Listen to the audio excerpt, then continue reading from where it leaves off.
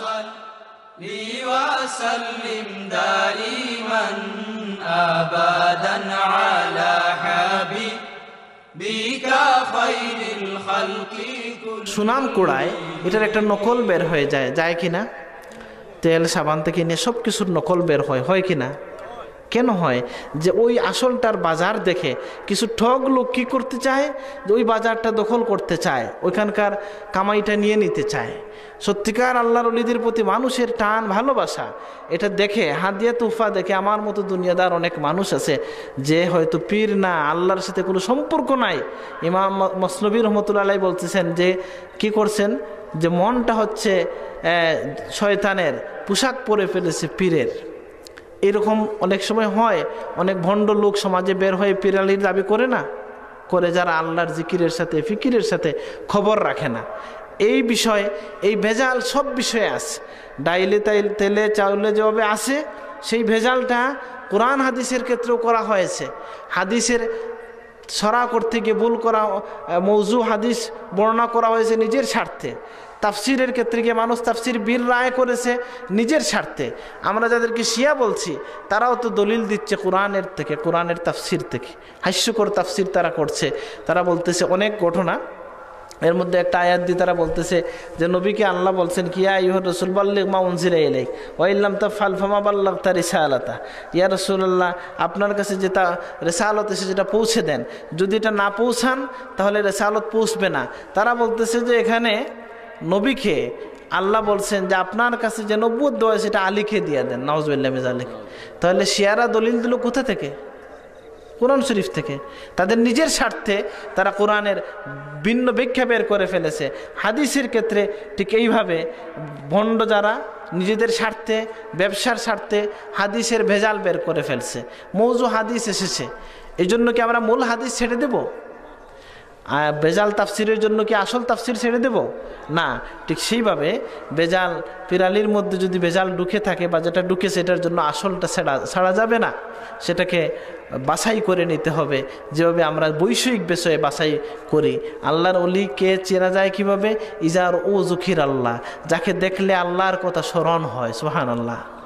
একটা বিষয়ই তো যথেষ্ট, যাকে দেখলে আল্লাহর কথা স্মরণ হয়, যার সোহবতে গেলে নিজের জীবনের পরিবর্তন আসে। যিনি একজন প্রফেসর সাহেবকে জিজ্ঞাসা করা হয়েছিল হক্কানি পীর কিভাবে বুঝবো যে ইনি হক্কানি, তিনি বলছেন যে সংক্ষেপ একটা দলিল দিতে পারে যে যিনি মুরিদ খুঁজে বেড়ান না তিনি হচ্ছেন হক্কানি অলি। অনেক দলিল দেওয়া যায়, অনেক প্রমাণ বলা যায়। এই সময়ের একটা প্রমাণ হচ্ছে মুরিদের পিছনে যিনি দৌড়ান না। যাই হোক, আমার উদ্দেশ্য হচ্ছে এই কথা বলা যে আমরা সঠিক পথের দিশা পেয়েছি আল্লাহর ওলিদের মাধ্যমে। তাদের প্রতি আমরা শ্রদ্ধা রাখবো, ভালোবাসা রাখবো। তারা যে শিক্ষাগুলো দিয়ে গেছেন আমাদেরকে, আমরা যেন এটা ধরে রাখতে পারি। আল্লাহুম্মা আমিন। আল্লাহ যেন আমাদেরকে তৌফিক দান করেন। আল্লাহুম্মা আমিন। বিশেষ করে আমাদের পীর মুর্শিদ যত জায়গায় যাইতেন, যতবার তিনি বায়াত নিতেন, যে কয়েকটা কথা বলতেন আপনাদেরকে আমি স্মরণ করিয়ে দিচ্ছি। তিনি 5 ওয়াক্তের নামাজটা শান্তি মনে পড়ার কথা বলতেন কিনা? নামাজটা শান্তি মনে পড়ার কথা বলতেন যে মানুষের নামাজ যত সুন্দর তার জীবন তত সুন্দর। সুবহানাল্লাহ। তিনি এটাও শিখিয়ে দিয়েছেন যে নামাজের মধ্যে যে ওয়াসওয়াসা এসে মানুষকে ডিস্টার্ব করে, এটা কীভাবে দূর করা যায়। তিনি এমন একটা নামাজের কথা বলছেন যে শয়তান, এটাই হচ্ছে আল্লাহর ওলিদের কাজ, যে মানুষকে আল্লাহর জিকিরের পথে, ফিকিরের পথে এগিয়ে নেওয়া, তালিম দেওয়া। আমাদের পীর মুর্শিদ মুরাকাবার কথা কি বলছেন? মুরাকাবা বলতে আমরা কি বুঝি? যে চোখ মুজে দূরের কিছু দেখে ফেলা। আর আমাদের পীর মুর্শিদ সংক্ষেপে বলছেন মুরাকাবা বলতে সংক্ষেপে বুঝে নাও এটা যে নিজের কলবকে পাহারা দেওয়া। কিস থেকে পাহারা দেওয়া? শয়তানের ওয়াসওয়াসা, খারাপ চিন্তা কিছু আসতেছে কিনা। যে মানুষ তার মনটাকে এই মুরাকাবা করতে পারবে যে আমার হৃদয়ে খারাপ কথা আসছে কিনা, আমি কোনো কুচিন্তা করছি কিনা, সেই মানুষের হৃদয় পবিত্র হয়ে যায়। আর পবিত্র যে হৃদয়, সেটার মধ্যে আল্লাহর পক্ষ থেকে ইলিমাস, কারণ সেটা স্বচ্ছ হয়ে যায়। এখানে প্রতিবিম্বিত হয় লৌহে মাহফুজের জ্ঞান। সুতরাং তিনি অনেক কথা বলতে পারেন, অনেক দূর দেখতে পারেন, কিন্তু এটা তার টার্গেট না। টার্গেট হচ্ছে কি, যে সেই অন্তর নিয়ে, সেই কলব নিয়ে আল্লাহর কাছে হাজির হওয়া, যেটার শর্ত আল্লাহ করেছেন, ইয়াউমা লা ইয়ানফাউ মালুন ওয়ালা বানুন ইল্লা মান আতাল্লাহা বিকলবিন সালিম। সেই দিনে কোনো সম্পদ, কোনো সন্তান কাজে আসবে না, কেবল এক একটা বিষয় কাজে লাগবে, যিনি কলবে সালিম, নিরাপদ অন্তর নিয়ে আল্লাহর কাছে হাজির হবেন। অন্তর নিরাপদ কিসে থেকে হবে?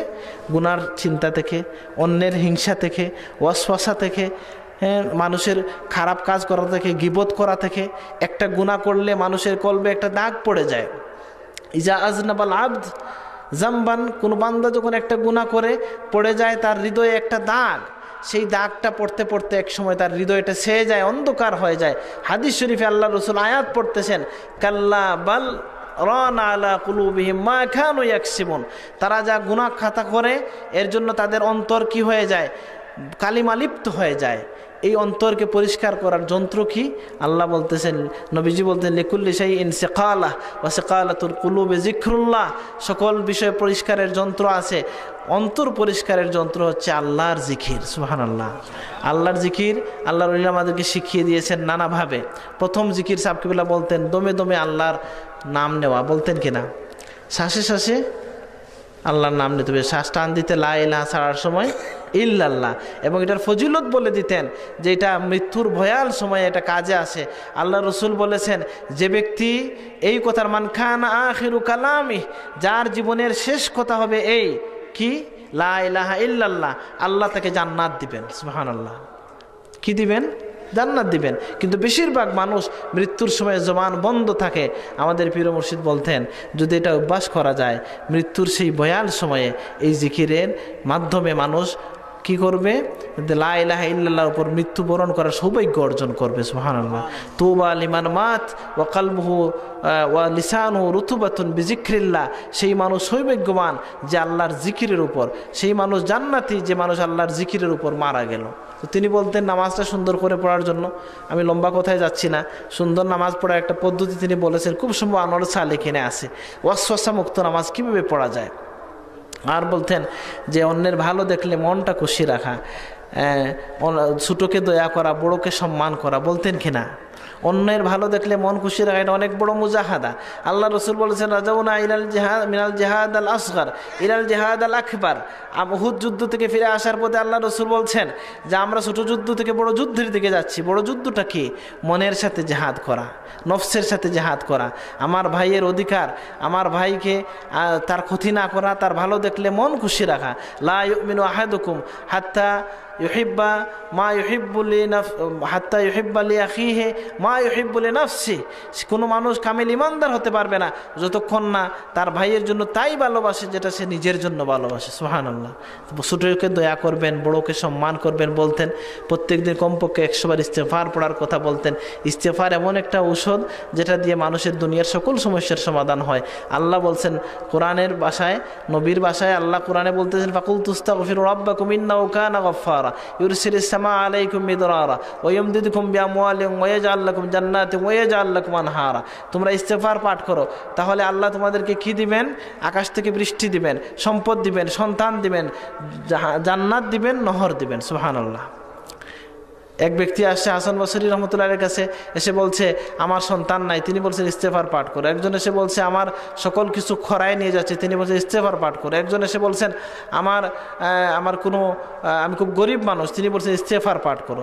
ওনার ছাত্ররা বলল সকল এক একজন আসলে এক একটা অসুবিধা নিয়ে সবাইকে আপনি একই ওষুধ দিলেন।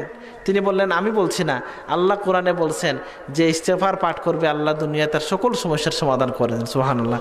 আল্লাহ রসুল বলেন ইন্নী লাস্তাগফিরুল্লাহ ফিল ইয়াউম আকসার মিন 70 মাররা, আমি নবী হওয়ার পরেও আল্লাহর কাছে প্রত্যেক দিন 70 বারের উপর ইস্তেগফার পাঠ করি। সুবহানাল্লাহ। আর বলতেন দুরূদ শরীফ পাঠের জন্য কতবার? 200 বার দুরূদ শরীফ পড়ার জন্য বলতেন। কেন? দুরূদ শরীফ এমন একটা বিষয় যে আপনার জীবনের, আপনার আমার জীবনের সব কল্যাণ লাভের মাধ্যম। এত ফজিলতপূর্ণ ইবাদত আর পাওয়া যায় না। একবার দুরূদ পড়লে 10টা সওয়াব লেখা হয়, 10টা গুনাহ মিটিয়ে দেওয়া হয়, 10টা দরজা বুলন্দ করা হয়। সুবহানাল্লাহ। আল্লাহ রসুল এটা শুনে দীর্ঘ সিজদা দিয়ে শুকরিয়া আদায় করেছেন। কোরআন শরীফে আল্লাহ তার নবীর উপর দুরূদ পড়ার হুকুম দেওয়ার আগে দয়া করে নিজেকে এই কাজের সামিল করে নিয়েছেন। বলেছেন আমি আল্লাহ নবীর উপর দুরূদ পড়ে আমার ফেরেশতারা পড়েন, ওহে ইমানদাররা তোমরাও দুরূদ ও সালাম পাঠ করো। সুবহানাল্লাহ। তা আমার কথা এখানেই শেষ করতে চাই। গভীর রাত, আপনারা অনেক কষ্ট করে বসেছেন। আজকের এই সভা নিশ্চয়ই অনেক সফল সুন্দর সভা। আমি ধারণা করতে পারি না যে এত দূরে এসে এত সুন্দর একটা সভার আয়োজন করা হয়েছে। আলহামদুলিল্লাহ, আয়োজক যারা তাদেরকে আমরা ধন্যবাদ দিচ্ছি, শুকরিয়া আদায় করছি। আর যে কথাটা ফাঁকে বলছিলাম, এটা যে একটা বিষয় মনে রাখবেন, আমরা যেন মনে রাখি যে আল্লাহর ওলি হওয়ার তো বহু আলামত, এর মধ্যে একটা হচ্ছে হিংসা থাকবে না। কি থাকবে না? হিংসা থাকবে না। আপনি এক ঘরের মধ্যে, বাংলায় প্রবাদ বাক্য বানায় নেওয়া হয়েছে, এক ঘর মে দু পীর, মানে চলবে না। এক ঘরে দুই পীর চলে না, এটা বলে না মানুষে, এটা কথা ভুল। এক ঘরে হাজার পীর থাকা সম্ভব। কারণ কি, আল পীর বলতে কি বুঝি, অলি বলতে কি বুঝি? যাকে আল্লাহ ভালোবাসেন, নাকি? তা আমরা সকলেই তো আল্লাহর ভালোবাসায়, প্রত্যেক মুমিন আল্লাহর একজন, আল্লাহর পক্ষ থেকে ঘোষিত একজন অলি, যদি সে ওলায়তের সম্মান রক্ষা করে। আল্লাহ ওয়ালিউল্লাযিনা আমানু ইউখরিজুহুম মিনাজ যুলুমাতি ইলান নূর। তাই হোক, তা আমরা যেন সমাজের আজকে, আচ্ছা যাই হোক, সিন্নি আসতেছে, সিন্নি আসার আগে আরও 3 মিনিট বলতেছি। আমাদের সমাজের যে 3 মিনিটের মধ্যে আমি কথা শেষ করতেছি, আমাদের সমাজের যে সমস্ত অসুবিধা, এর মধ্যে একটা অসুবিধা হচ্ছে এই যে অনেক মানুষ আমরা দিন সম্পর্কে গাফেল, তাদের কাছে খবর পৌঁছে দিতে হবে। আবার দিন যারা আমরা মানছি তাদের মধ্যে অনেক মত পার্থক্যের মধ্যে বড় বড় মত পার্থক্যের বাইরে আসার পরে আমরা যখন সবাই সুন্নি হয়ে গেলাম, তারপরেও আবার মারামারি থাকে। এগুলা কাম্য নয়। আমরা চাইব যে যারাই মিলাদ পড়েন, যারা আল্লাহ রসুলের ভালোবাসার কথা বলেন, যিনি মানুষকে হেদায়েতের কাজে আহ্বান করেন, সকলকে আমরা ভালোবাসবো। সমাজে হিংসা বিদ্বেষ ছড়ানো ঠিক হবে না। আর এটার মাধ্যমে আল্লাহর অলিদেরকে আমরা প্রশ্নবিদ্ধ করি। আল্লাহর অলিদেরকে আমরা কি করি? প্রশ্নবিদ্ধ করি। দেখেন, আল্লাহর অলি যে তারাই ছিলেন যারা দুনিয়ার মোহ থেকে কেমন মুক্ত ছিলেন। হজরত বাবা শাহজালাল মুজাররদ আল ইয়ামানী রাহিমাহুল্লাহ যুদ্ধ করে কারামতের মাধ্যমে সিলেটকে জয় করলেন। আর তিনি কি এখানে সিলেটের গভর্নর হয়েছিলেন? হন নাই। তার একজন খাদিমকে গভর্নর বানায় দিয়েছেন। মুজাদ্দিদ আল ফেসানি রহমতুল্লাহ আলাইহি তার কাছে মুরিদ হয়ে গেলেন। শাহজাহান বা যারা আসছিলেন, আকবরের পরে 2 জন বাদশাহ তার কাছে মুরিদ হয়ে গেলেন।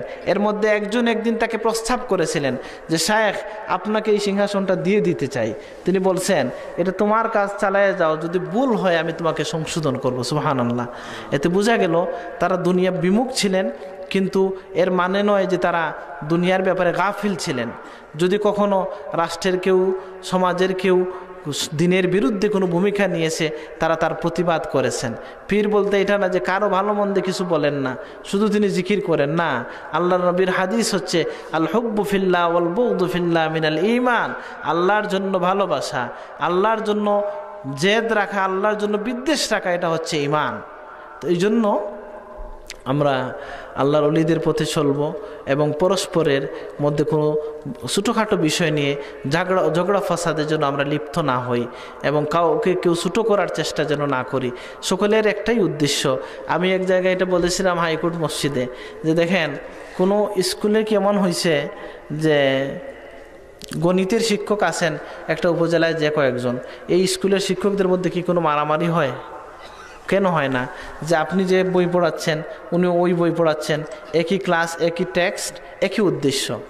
শিক্ষক তিনি, বই হচ্ছে গণিতের, পরীক্ষা হচ্ছে দিয়ে কি করবে? সার্টিফিকেট পাবে। আল্লাহর ওলিদের তরিকা, পীর সাহেব যারা, তাদের কাজও এইরকম। প্রত্যেকে এক একজন শিক্ষক।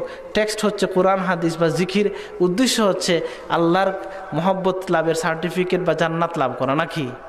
এখানে যেভাবে, হ্যাঁ, টিচারদের মধ্যে আবার দ্বন্দ্ব লাগে কোন সময়? কোচিং নিয়ে লাগে আবার। কেন? এখানে টাকার দ্বন্দ্ব আছে। এটা যদি কোচিং ব্যবসা হয় তাহলে কিন্তু দ্বন্দ্ব লাগতে পারে। যদি এখানে দুনিয়া ঢুকে যায় তাহলে আমাদের মধ্যে দ্বন্দ্ব হতে পারে। না হয় যারা আল্লাহর জন্য কাজ করব, সেখানে একসাথে হাজার মানুষ আল্লাহর পথে কাজ করতে পারে। রহমা ও বাইনাহুম, তাদের মধ্যে পরস্পর মুমিনের বৈশিষ্ট্য হচ্ছে, আল্লাহর ভালোবাসা পাওয়ার মাধ্যম হচ্ছে যে মুমিন হবে পরস্পরের মধ্যে যারা ভালোবাসা রাখে। ওয়াজাবাত মুহাব্বতি লিল মুতাহাব্বিনা ফিয়া, আল্লাহ বলতেছেন আমার ভালোবাসা ওয়াজিব হয়ে যায় সেই 2 জন মানুষের জন্য যারা পরস্পরের ভালোবাসা রাখে আমার জন্য। সুবহানাল্লাহ। কিয়ামতের দিন আল্লাহ ডাকবেন, আইনাল মুতাহাব্বিনা ফিয়া, আমার জন্য যারা ভালোবাসা রাখতো তারা আজকে কোথায়? আজকে যে হযরত শাহজালাল মুজাররদ আল ইয়ামানী রাহমাতুল্লাহকে ভালোবাসি, আমরা হযরত সাহেবুল্লাহ ফুলতুকে ভালোবাসি দুনিয়ার কোনো স্বার্থে? না আল্লাহকে পাওয়ার জন্য? আল্লাহর জন্য, আল্লাহ রসুলের জন্য আমরা ভালোবাসি। সুতরাং আশা করা যায় এটা ওয়ারাজুলানে তাহাব্বা ফিল্লাহ ইজতামা আলা যালিক ওয়া তাফাররাকা আলাইহি, এমন দুইজন ব্যক্তি যারা পরস্পরের ভালোবাসা রাখে আল্লাহর জন্য, তারা একত্রিত হয় এই জন্য, তারা আলাদা হয় এই জন্য, এদেরকে আল্লাহ তাআলা আরশের নিচে জায়গা দেন। সুবহানাল্লাহ। 7 শ্রেণীর মানুষকে আল্লাহ আরশের নিচে জায়গা দেন, এর মধ্যে একজন হচ্ছেন সেই দুই ব্যক্তি যারা একত্রিত হন আল্লাহর জন্য। তাদের যদি সম্পর্ক নষ্টও হয়, তাহলে আল্লাহর জন্য। আমরা এই বিষয়গুলো যেন বুঝতে পারি এবং আমরা আল্লাহর ওলিদের শিক্ষাকে বুকে ধারণ করতে পারি। যারা আমরা হযরত সাহেব কিবলাকে ভালোবাসি, আমরা শুধু ভালোবাসা একদিন তার ইসালে সব করে শেষ নয়। আমরা মনে করি যে তার যে খেদমতগুলো আছে, দারুল কেরাত আছে, তালামিজে ইসলামিয়া আল ইসলাম আছে, আমাদের সংগঠন আছে, মাদ্রাসাগুলো আছে, এগুলাকে ভালোবাসা, এগুলাকে এগিয়ে নিয়ে যাওয়া আমাদের সকলের দায়িত্ব। আল্লাহ তাআলা আমাদেরকে তৌফিক দান করুন। আপনি বলছেন কিনা? আচ্ছা, ইনশাল্লাহ আপনি বললে আরও ভালোভাবে বলতে পারতেন।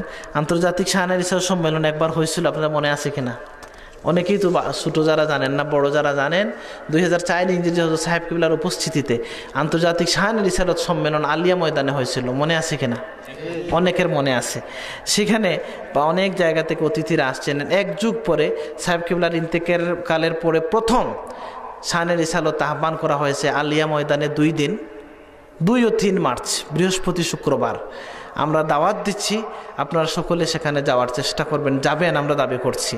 আর সেখানে আসবেন কুয়েত, বাহরাইন থেকে, মিশর থেকে, মদিনায়ে তৈয়বা থেকে, ইয়ামান থেকে, আরব আজম থেকে, বিভিন্ন জায়গা থেকে শায়েখরা আসার কথা। আমরা কেন এই মাহফিল করব? নাম দিয়েছি আমরা শাহানে রিসালাত, আল্লাহ রসুলের শান ও মান বুলন্দ হোক, আমরা এটা চাই কিনা? আমরা আল্লাহ রসুলের পক্ষে সৈনিক হিসাবে আল্লাহর কাছে পরিচিত হতে চাই কিনা? চাই। এই যে চাওয়া, এটার প্রমাণ দেব আমরা শাহানে রিসালাত মাহফিল লিগে ইনশাআল্লাহ। দেখেন আমাদের রাসূলুল্লাহর সাল্লাল্লাহু আলাইহি সাল্লামের বিষয়টা আজকে কত দিক থেকে আমরা কষ্টের মধ্যে আছি। আজকে অমুসলিমরা নবীজিকে চিত্রায়িত করছে একভাবে, মুসলমান নামদারি তথাকথিত ব্লগার নাস্তিক মুরতাদরা একভাবে, আবার হুজুরদের মধ্যে আবার অনেকে আছে নবীকে বলতেছে মরা নবী, বলতেছে কিনা? বলতেছে এবং ঘোষণা দেয়, অনেক খারাপ কথাবার্তা শোনা যায় যেগুলো শুনলেও হৃদয়টা কেঁদে ওঠে। তো অনেক দিক থেকে আমরা আছি ঘাতের সম্মুখীন। আমরা বাইরের দিক থেকে, অমুসলিমদের দিক থেকে অসুবিধার মধ্যে আছি। মুসলমান নামধারী, মুসলমানের সন্তান কিন্তু ইমান নাই, তাদের দ্বারা আছি। আবার টুপি দাড়িওয়ালা লোকজনও বুঝে না বুঝে অনেক সময় নবীর শানে তারা বেয়াদবি করে বসছে। এই সমস্ত কথার জবাব দেওয়া এবং তাদের কাছে নবীর সত্য মর্যাদাটা তুলে ধরা, এটা আমাদের দায়িত্ব এবং সেই দায়িত্ব আঞ্জাম দেওয়ার লক্ষ্যে শাহানে রিসালাতের আহ্বান করা হয়েছে। আশা করছি আপনারা সকলেই যাবেন ইনশাআল্লাহ। আর নবীজির শান আমরা তুলে ধরতে আসলে পারবো না। কে তুলে ধরেছেন? আল্লাহ। ওয়া রাফা'না লাকা যিকরাক। জিবরিল আমিন এসে জিজ্ঞাসা করছেন, ইয়া রাসূলুল্লাহ, আল্লাহ জানতে চান আপনার মর্যাদা আল্লাহ কিভাবে বৃদ্ধি করেছেন, উচ্চকিত করেছেন, আপনি কি জানেন? আল্লাহ রসুল বলেছেন আল্লাহ বেশি জানেন। জিবরিল আমিন বললেন, আল্লাহ বলতেছেন ইজা যুকির থামাই, হে নবী, আমি আল্লাহ যেখানে শরিত হই আপনি মুহাম্মদুর রাসূলুল্লাহ সাল্লাল্লাহু আলাইহি ওয়াসাল্লাম সে জায়গায় শরিত হন। সুবহানাল্লাহ। কোথায়? এই জন্য হাসান ইবনে সাবিত বলতেছেন, ফাশাক্কালাহু মিন ইসমিহি লিইউজিল্লাহু ফাজুল আরশে মাহমুদুন ওয়াদা মুহাম্মাদু দাম্মাল ইলাহু ইসমান নবী ইলা ইসমিহি ইজা কাল আল মুয়াজ্জিনু ফিল খামসে আশহাদু। আমরা একদিকে তাকালে দেখি আল্লাহ তাআলা তার নবীর নামকে নিজের নামের সাথে মিলিয়ে নিয়েছেন। সুবহানাল্লাহ। কোথায়? যখন আজান দেওয়া হয় নামাজের জন্য, তখন আল্লাহর মুয়াজ্জিন বলেন আশহাদু আল্লা ইলাহা ইল্লাল্লাহ, তারপরে কি বলেন? আশহাদু আন্না মুহাম্মাদার রাসূলুল্লাহ। আবার দেখি আল্লাহ নবীকে সম্মান দিতে গিয়া নিজের নামকে, নিজের নামের মাধ্যমে থেকে একটা নাম নিজে রেখেছেন আর একটা নাম নবীকে দান করেছেন। সুবহানাল্লাহ। হ্যাঁ, ফাশাক্কালাহু মিন ইসমিহি লিইউজিল্লাহ ফাজুল আরশে মাহমুদু ওয়া হাযা মুহাম্মাদু। আরশে যিনি আছেন তিনি হচ্ছেন মাহমুদ, আমাদের সামনে যিনি তিনি হচ্ছেন মুহাম্মদ সাল্লাল্লাহু আলাইহি সাল্লাম। সুতরাং রাসূলুল্লাহর মর্যাদার আলোচনা, ইমানদার নিজেকে নিজের মর্যাদা বৃদ্ধি হয়। আমার নবী যত বড় আমি তত বড়, নাকি না সেটা না, মানে আমি বলতেছি বড় নবীর উম্মত হিসেবে তো সম্মানিত বেশি আমরা নাকি। কিভাবে যে সকল নবীগণ, আগের নবীগণ, আমি শেষ করবো কিনা না, বেশি সময় বলতে চাইতেছি না। ও সিন্নিটা আসছে কিনা এটার অপেক্ষায় আছে। সিন্নিটা চলে আসলে ঠিক আছে, সিন্নি আসলে পরে আমরা একসাথে একটা মিলাদ, একটা দোয়া করে সিন্নি খাবো। এখানে আমার ফুফুর বাড়ি তো নাকি, আমি তো এমনিও আসতে পারি কেউ না থাকলেও। তো ইনশাল্লাহ আগামীতে আরও একবার আসবো ইনশাল্লাহ। এবার আপনাদেরকে কষ্ট দিলাম, অনেক সময় নষ্ট করা হয়ে গেল, দেরি করে আসলাম। আমি যেটা বলছিলাম যে আল্লাহর নবীর উম্মত হওয়ার সৌভাগ্য আমাদের হয়েছে।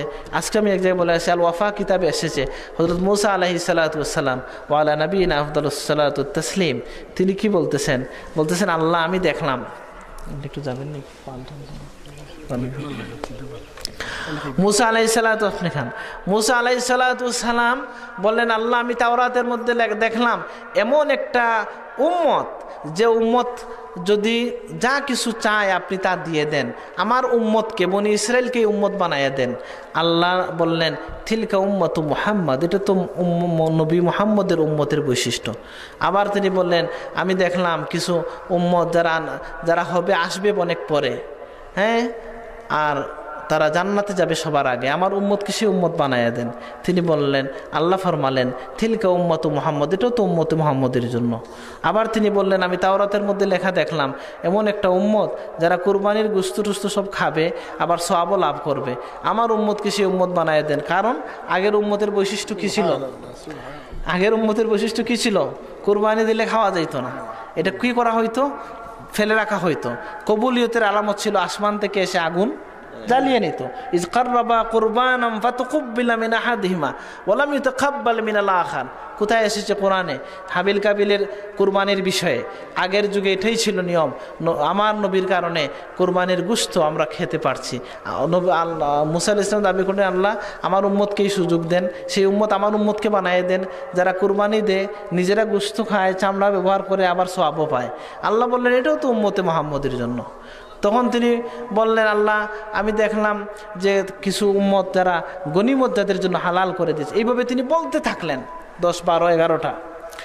এক সময় তিনি শুনতে শুনতে বললেন তাহলে আল্লাহ ইজআলনি মিন উম্মতে মুহাম্মদ, আমাকে তাহলে উম্মতে মুহাম্মদ বানায় দাও। সুবহানাল্লাহ। তখন আল্লাহ বললেন ইয়া মুসা ইন্নী ইসতাফাইতুকা আলান নাসি বিরিসালাতি ওয়া বিকালামি ফাখুয মা আতাইতুকা ওয়া কুম মিনাশ শাকিরিন। হে মুসা আমি তোমাকে বেছে নিয়েছি মানুষের মধ্য থেকে নবুয়তের জন্য, রিসালতের জন্য, এবং আমি তোমার সাথে কালাম করেছি, কথা বলেছি। ফাখুয মা আতাইতুকা ওয়া কুম মিনাশ শাকিরিন, আমি যেটা দিছি এটা গ্রহণ করো আর শুকরিয়া আদায় করো। তিনি বললেন রাদিতু ইয়া রব। এটা থেকে প্রমাণ হয় আমাদের যে গোলাম মোস্তফা নাকি, কবি বলেছেন কি, নবী না হয়ে দুনিয়ায় না হয়ে ফেরেশতা খোদার হয়েছে উম্মত তোমার, তার তরে শুকর হাজার বার। প্রত্যেক উম্মতের এটাই ফিকির। ফিকির কিন্তু একদিক না। হযরত সাহেব কিবলা বলতেন দুইজনের ফিকির একরকম হয় না। এক জায়গায় বসে একজন জিকির করতেছেন, তার মনের মধ্যে তার হয়তো মায়ের ভালোবাসার স্মৃতি অসুবিধা নাই, জিকিরের মধ্যে এটা আসতে পারে। আর আমি যখন দেখি যে হাজার মানুষের মধ্যে এক জায়গায় বসা আছেন একসাথে 100 মানুষ, হঠাৎ করে পিছন থেকে একটা আওয়াজ আসছে বাবা, বুঝেন না কথাটা? যে লোকের ছেলে সাথে সাথে শত শত লোকের মধ্যে সেই লোকই সাথে সাথে ফিরে ফিরে তাকে সুবহানাল্লাহ। বোঝা গেল যার সাথে সম্পর্ক আছে সে ডাক শুনলে থেমে থাকতে পারে না। সুবহানাল্লাহ। তা আল্লাহকে ডাকি যে আমরা, আল্লাহর সাথে সম্পর্ক আছে কিনা আমাদের? এই যে আপনার দুনিয়ার অনুভূতি দিয়ে আল্লাহকে চেনা যায়, এটা হচ্ছে ফিকির। এবং এই ফিকির সাহেবুল্লাহ বলতেছেন যে দুইজনের একরকম অনেক সময় হয় না, কি এক একজনের এক এক ফিকির আসতে পারে। কেউ আল্লাহর ওয়াহদানিয়তের, আল্লাহর কুদরতের, ভালোবাসার, সমাজের নিজের কোনো দুঃখ ব্যথার, অথবা সেই আল্লাহর রসুলের এহসানের কথা যদি মনে করে কেউ, যে উম্মতের জন্য নবী কেমন দয়াশীল ছিলেন, উম্মতকে নবী কতটুকু ভালোবাসতেন, যে নবী বলতেছেন আমার মন চায় যে আমি নামাজটা লম্বা করি, কেরাতটা লম্বা করি, কিন্তু যখন শিশুদের আওয়াজ শুনি মসজিদে কান্নার, আমি নামাজকে ছোটো করে দিই। সুবহানাল্লাহ। কেন? আল্লাহর সাথে নবীর প্রেম, নবীর কথা বলার শখ কিন্তু তিনি কমিয়ে দেন উম্মতের ভালোবাসায়। আল্লাহ নবী রাহমাতুল আলামিন, তিনি সকলের জন্য রহমত, এমনকি তার দুশ্মনের জন্য, যে তাকে মারার ষড়যন্ত্র করেছে, যে কিনা তার সাথে চুক্তিভঙ্গ করেছে, যে কিনা তাকে যুদ্ধে ঠেলে দিয়ে 300 সৈন্য নিয়ে ফিরে চলে আসছে, সেই আব্দুল্লাহ ইবনু উবাই ইবনু সুলুল, সে যখন মারা গেল, তার ছেলে এসে বলছেন, ইয়া রাসূলুল্লাহ, আমার বাবা মারা গেছেন, আমি চাই আমার বাবাকে কাফন দেব, আপনার শরীরে একটা জুব্বা দিবেন। আল্লাহ রসুল সাথে সাথে খুলে জুব্বা দিয়ে দিয়েছেন। সুবহানাল্লাহ। আল্লাহ রসুলকে বলছেন, ইয়া রাসূলুল্লাহ, আমি চাই আমার বাবার জানাজাটা আপনি পড়াবেন। আল্লাহ রসুল বলছেন, ঠিক আছে, নিয়ে আসো। মসজিদে জানাজা আসার পরে উমর রাদিয়াল্লাহু আনহু এসে পিছন থেকে আল্লাহ রসুলকে ধরছেন, ইয়া রাসূলুল্লাহ, কি করতেছেন? আল্লাহ বলছেন, ইন তাস্তাগফির লাহুম 70 মাররা, আপনি যদি 70 বারও মুনাফিকদের জন্য ক্ষমা চান, আমি ক্ষমা করব না। আল্লাহ রসুল বললেন, আমি যদি 71 বার করলে সে আমি তাহলে 71 বার করতে রাজি আছি। সুবহানাল্লাহ। এবং আল্লাহর রসুল তখন আল্লাহর সাথে সাথে আয়াত নাজিল করলেন, লা তাকুম আলা কবরি, আপনি তাদের কবরে দাঁড়াতে পারবেন না, মানে জানাজায় দাঁড়াবেন না। আর উমর রাদিয়াল্লাহু আনহুর বৈশিষ্ট্য কি? অনেক বৈশিষ্ট্যের মধ্যে একটা, তিনি যা চান আল্লাহ, ইন্নাল্লাহ জাআলাল হাক্কা আলা লিসানি উমর, উমরের লেসানে, জিহ্বায় আল্লাহ সত্যের সংশ্লেষ লাগিয়ে দিয়েছিলেন। তিনি বলেছেন, আওয়ালা আত্তাখিযু মাকামা ইব্রাহিম মুসাল্লা, ইয়া রাসূলুল্লাহ, আমরা মাকামে ইব্রাহিমকে মুসাল্লা, নামাজের জায়গা হিসেবে গ্রহণ করব কিনা? আল্লাহ আয়াত নাজিল করেছেন, ওয়াত্তাখিযু মিন মাকাম ইব্রাহিম মুসাল্লা। তিনি বলেছেন, ইয়া রাসূলুল্লাহ, আপনার দরবারে অনেকে আসেন, অনেক ধরনের মানুষ আছে, আপনার বিবিগণকে পর্দা করা প্রয়োজন মনে করি। আল্লাহ পর্দার আয়াত নাজিল করেছেন। আল্লাহ রসুল বলেছেন, উমর যে পথ দিয়ে হাঁটেন সে পথে শয়তান হাঁটে না। লাউ কানা নবিয়ান বাদি লাকানা উমর, আমার পরে যদি কেউ নবী হয় তাহলে উমর হতো। সুবহানাল্লাহ। নবী হওয়ার সুযোগ থাকতো তাহলে উমর হতেন। তাহলে এটা আজকে আমি হাইকোর্টে এই কথাটা বলছি এই উদ্দেশ্যে, যে অনেকে মনে করেন যে এই যুগে বড়পীর দস্তগীরের যত কারামত শোনা যায়, কোনো সাহাবীর কি এত কারামত শোনা যায়? তাহলে কি অলি কি বড়পীর কি সাহাবায়ে কেরাম থেকে বড়? সাইয়েদনা গাউসে পাক বড়পীর দস্তগীর আব্দুল কাদের জিলানী রহমাতুল্লাহ আলাইহি, তিনি কি আবু বকর সিদ্দিক রাদিয়াল্লাহু আনহু থেকে বড়? তাহলে তার কারামত বেশি কেন? এটার জবাব আমি দিচ্ছি না, আহমদ ইবনে হাম্বল রাহিমাহুল্লাহকে এই প্রশ্ন করা হয়েছিল। আর এর আগে জেনে রাখেন, একজন মানুষ যখন আল্লাহর রসুলকে যারা দেখছেন, তাদের জীবনের সবচেয়ে বড় কারামত হচ্ছে যে তারা রসুলুল্লাহর চেহারা মুবারক দেখেছেন। সুবহানাল্লাহ। আর তাদের কারামত, শারাফত সব কিছু ভিন্ন হয়ে গেছে এই কারণে যে তিনি রসুলুল্লাহর সুহবত প্রাপ্ত ব্যক্তি। এক ব্যক্তি যদি প্রেসিডেন্ট হয়ে যান, তারপরে আর বলতে হয় না যে তিনি এমপি, স্পিকার, বলতে হয় না, এগুলা পার হয়ে গিয়া প্রেসিডেন্ট হয়, এর ঊর্ধ্বে কিনা। সুতরাং যাকে সাহাবী বলা হলো তাকে আলাদাভাবে অলি বলতে হয় না, কারণ অলি, আবদাল, গৌস, কুতুব এগুলো পার হওয়ার পরে হচ্ছে কার দরজা? সাহাবীর দরজা। আহমদ ইবনে হাম্বল রাহিমাহুল্লাহ এই কথার ব্যাখ্যা দিয়েছেন, মা বালুল কারামাত আকসার বিন নিসবাতে মিন জামানিস সাহাবা। একজন প্রশ্ন করেছেন আহমদ ইবনে হাম্বল রাহিমাহুল্লাহকে যে কি ব্যাখ্যা দিবেন এটা, যে সাহাবায়ে কেরামের যুগের চেয়ে পরবর্তী যুগে কারামত বেশি। আহমদ ইবনে হাম্বল বলছেন, উলাইকাল্লাযিনা কাউইয়ুন ফিল ঈমান, আগের যুগের লোকরা ইমানের দিক থেকে দৃঢ় ছিলেন, সুতরাং তাদের কারামতের প্রয়োজন হয় নাই। পরবর্তী সময়ে ইমানে দুর্বলতা আসার কারণে আল্লাহ মুমিনদের ইমানকে সাবিত করার জন্য নবীর ফয়েজ দিয়ে ওলিদের দ্বারা কারামত প্রকাশ করেন। সুবহানাল্লাহ। তাহলে এই কথার দ্বারা বুঝালাম এটা যে সাহাবায়ে কেরাম তারা তো আউলিয়াদের শিরোমণি, আর তাদের থেকে এই ফয়েজ গ্রহণ করে আল্লাহর ওলিরা ওলিতে পরিণত হন। আমরা যেটা দাবি করছি, একদিনে তার সব কথা বলা সম্ভব না। আবার মূল কথা যদি বলেন 2 লাইনে শেষ করতে চাই, সেটা হচ্ছে যে আমরা শুকরিয়া আদায় করব, আমরা নবীর উম্মত হয়েছি, আউলিয়া কেরামকে পেয়েছি, আর এই পাওয়ার মাধ্যমে তাদের শিক্ষাকে নিজের বুকে ধারণ করা। আর নিজেদের মধ্যে ছোটোখাটো বিষয় নিয়ে, মুসলমান খুব বিপদগ্রস্ত একটা জাতি। আজকে যদি আপনি দেখেন মধ্যপ্রাচ্যে, সিরিয়ায়, এটা কি পরে তো রাশিয়া আমেরিকা আসলো, মারামারিটা প্রথমে কারা শুরু করলো? নিজেদের মধ্যে না?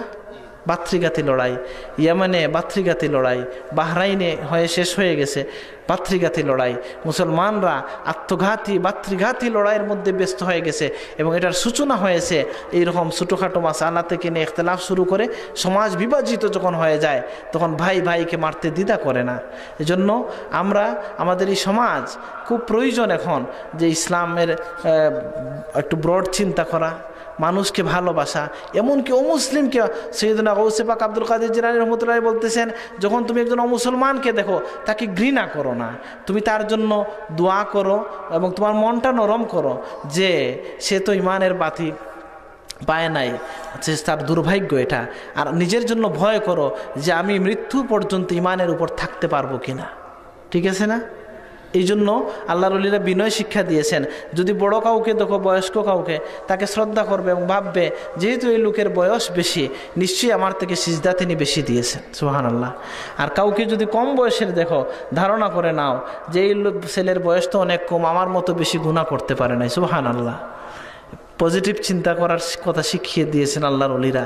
তো আমরা নবীজির ভালোবাসা বুকে ধারণ করব, অলি আল্লাহদের পথ মতে চলবো, আর নিজেদের মধ্যে পরস্পর শ্রদ্ধাবোধ রেখে আল্লাহ কাজ করে যাব, আল্লাহ রসুলের কাজ করে যাব, আউলিয়া কেরামের পথে হাঁটবো, এই আশা ব্যক্ত করে আমার কথা এখানে শেষ করছি। মা আলাইনা ইল্লাল বালাগ। আসসালামু আলাইকুম।